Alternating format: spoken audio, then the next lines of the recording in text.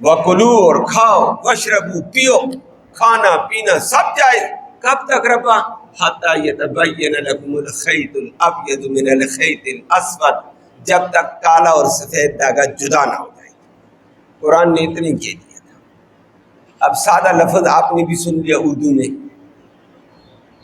اللہ کے نبی نے بھی یہ آیت سنا دی. صحابہ رات کو مغرب سے لے کر کالے سفید داغے کے جدا ہونے تک کھا سکتے، رات بھر کھانا جائز ہے، کالا سفید داغا جدا ہونے تک. آگے نبی سے صحابہ نے بھی نہیں پوچھا. صحابہ عربی دان، عربی لغت جانتے، ان کی لغت میں قرآن اترا ہے. عدی بن حاتم طائی کے بارے میں آتا ہے، اس نے سرانہ رکھا، سحری کو کھانا شانا کھا لیا، تہجد پڑھے، سستانے کے لیے لیٹا، سرانے کے نیچے ایک کالی ڈور رکھ دی، ایک سفید ڈور رکھ دی. بار بار سرانے کو اٹھا کر دیکھتا، کالی اور سفید جدا ہوگی. یہ لائٹیں تو نہیں تھی، عام رات والی روشنی. بار بار سین میں لیٹا ہوا سرانہ اٹھاتا ہے، دیکھتا ہے کالی اور سفید جدا ہو گئی ہیں. مطلب اتنی روشنی ہو جائے جس سے جدا نظر آ جائے. بیوی برتن دھو کر کھانے پینے کا نظام سنبھال کر برتن دھو کر فارغ ہوئی ہے، بزرگ لیٹا، اس نے کہا بزرگا لیٹا ہوا، مسجد میں جماعت ہو چکی ہوگی، نماز قضا ہو رہی ہے، تو ادھر ہی لے. اس نے کہا ابھی کالا سفید داغا میں دیکھنا چاہتا ہوں، جدا ہوگا اس وقت میں پانی پیوں گا، پھر دوڑ جاؤں گا. اس نے کہا جا، نماز جا رہی ہے. بیوی نے تنبیہ کی ہے، دوڑ کر گیا. واقعتاً مسجد میں جماعت کھڑی تھی، نبی کریم صلی اللہ علیہ وسلم کے پیچھے نماز کی نیت کری. نماز سے فارغ ہوا، آگے آ گیا. یا رسول اللہ میرے ساتھ تو واقعہ ہے، قرآن کہتا ہے کالا اور سفید داغا جدا ہونے تک کھا پی سکتے ہو. میں وہ کالا سفید داغا سرانے کے نیچے رکھا ہوا دیکھتا رہا کہ جدا ہوں گے تو پھر میں آؤں گا. بیوی نے مجھے کہا میں دوڑ کر آئے، جماعت بھی ہو گئی ہے. نبی نے فرمایا تو کالا اور سفید داغا کہاں تھے؟ کہاں دیکھ رہا تھا؟ کہتے میرے سرانے کے نیچے. نبی کریم صلی اللہ علیہ وسلم نے فرمایا اللہ اکبر، اذن لوسادتک العریض، آپ کا تو سرانہ بڑا چوڑا ہے بھائی، بڑا چوڑا سرانہ تھا جس کے نیچے دو داغے آ گئے قرآن والے. یا رسول اللہ وہ کیسے؟ فرمایا خدا کا بندہ، یہ مغرب کی جانب میں افق کے اوپر مشرق سے مغرب تک ایک سفید دھاری آتی ہے. اوپر آسمان میں کالا رات کا کالا اندھیرا ہوتا ہے، سفید دھاری آتی ہے، نیچے سفید دھاری ہوتی ہے، اوپر کالی دھاری ہوتی ہے. یہ دو دھاریاں بظاہر دور سے نظر آتی ہیں، دو داغے مراد ہیں. یہ دھاریاں مراد تھی.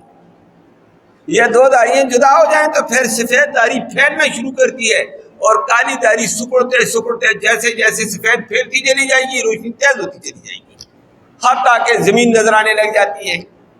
خدا کا بندہ، یہ تو کالی اور سفید دھاری افق کے اوپر تھی. سفید دھاری آتی، کالی دھاری، اس کو صبح صادق کہتے ہیں کہ سچی صبح آ کر بتا دیتی رات ختم، صبح شروع ہو گئی ہے. اس کو صبح صادق بھی کہتے ہیں، تو سحری کا ختم ہونا بھی کہتے ہیں. تو خدا کا بندہ تیرے دو داغے کہاں تھے؟ سارے صحابہ حیران ہوئے. لیکن ایک مسئلہ آ گیا کہ قرآن بغیر استاد کے نہیں سمجھاتا ہے. عربی والوں نے بھی قرآن کو کوشش کی، سنی بھی ہے، لیکن مطلب سمجھ نہیں آیا. جب تک جس پہ قرآن اترا اس محمد کریم صلی اللہ علیہ وسلم نے سمجھایا نہیں. قرآن عربی دان عدی بن حاتم طائی کو بھی نہیں سمجھایا. دوسرا صحابی کھانا پینا کھا کر کہتا ہے نفل تھوڑے سے پڑھتا ہوں، جیسے آپ بھی آ جاتے کھانا کھا لیا، 2-4 تہجد پڑھ لوں گی، اللہ اکبر. اور پاؤں کے انگوٹھی کے ساتھ کالا دھاگا بھی باندھا ہوا، سفید بھی باندھ کر اللہ اکبر قرآن پڑھتا جا رہا ہے کھڑے ہو کر، اور بار بار نیچے ہو کر نا پاؤں کی طرف دیکھتا ہے کالا سفید جدا ہو رہے نہیں ہو رہے. اوپر سے دور سے نظر آتے ہیں، روشنی زیادہ ہو جائے گی تو نظر آئیں گے وہ. اور قرآن بھی پڑھتا جا رہا ہے، قرآن کے حافظ قاری تھے، نیچے بھی دیکھتا ہی ہے. کرتے کرتے بیوی نے کہا بس کر، تہجد پڑھتا ہے، نفل کون سے نفل پڑھتا ہے؟ نفلوں کا ٹائم ختم ہو گیا. نفل تو سحری کو ہوتے ہیں، صبح صادق سے پہلے. صبح صادق آ گئی، نفل ختم، کھانا ختم، پینا ختم، وہ رات ہوتا ہے اللہ کا بندہ. اس نے جلدی سلام پھیرا، کہا جلدی جا نماز کو، ادھر کھڑا ہے. واپس دوڑ کر گیا، جماعت آخر میں تھی، پہنچا تو کہنے لگا یا رسول اللہ کالا اور سفید دھاگے کو میں جدا ہوتا دیکھتا تھا کہ آسانی کے لیے میں نے پاؤں سے باندھے کہ بار بار دیکھوں گا، وہ جدا مجھے نظر ہی نہیں آئے۔ بیوی نے کہا دوڑو جماعت جا رہی ہے، میں تو آیا تو جماعت ہو رہی تھی۔ نبی نے فرمایا خدا کا بندہ، یہ کالا دھاگا نہیں ہے، یہ سفید دھاگے تمہارے نہیں ہے۔ افق کے اوپر ایک دھاری آتی ہے سفید سی، اور ایک کالی دہاری ہوتی ہے۔ سفید دہاری غالب ہونا شروع ہو جاتی کالی دہاری کے اوپر، یہ وہ دہاریاں مراد ہیں۔ اور خدا کا بندہ، اور پھر قرآن کا ایک لفظ بھی اضافہ آ گیا، حتی یتبین لکم الخیط الابیض من الخیط الاسود من الفجر، یہ فجر کے دو کالے دھاگے مراد ہیں۔ اللہ اکبر! اس سے پتہ چلا قرآن کو سمجھنے کے لیے استاد کی ضرورت ہوتی ہے۔ بہت سارے کہتے ہیں میں نے خود ترجمہ پڑھا ہے، میں قرآن کا ترجمہ پڑھتا ہوں، میں خود قرآن کو سمجھتا ہوں۔ تو نہیں سمجھ سکے گا، عربی صحابہ نہیں سمجھ سکے قرآن کو، یہ استاد کی رہنمائی کی ضرورت ہوتی ہے۔ اسی لیے اللہ نے استاد پہلے بھیجا محمد کریم صلی اللہ علیہ وسلم، اور وہی قرآن کی بعد میں آنا شروع ہوئی ہے۔ استاد پہلے اور کتاب بعد میں ہے۔ استاد ہوتا ہی کتاب کو حل کرنے کے لیے، استاد کے بغیر کب کون سا کام ہوتا ہے؟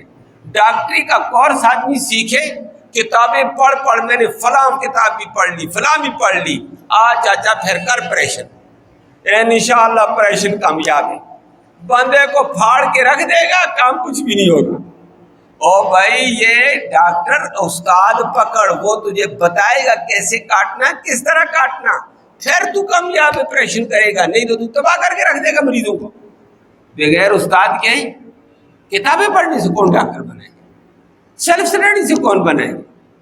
اور آج دنیا اسی وجہ سے خراب ہوئی ہے، اپنے اپنے مطلب لیتی ہے، قرآن میں تباہ ہو۔ اللہ ہمیں اس سے بچائے۔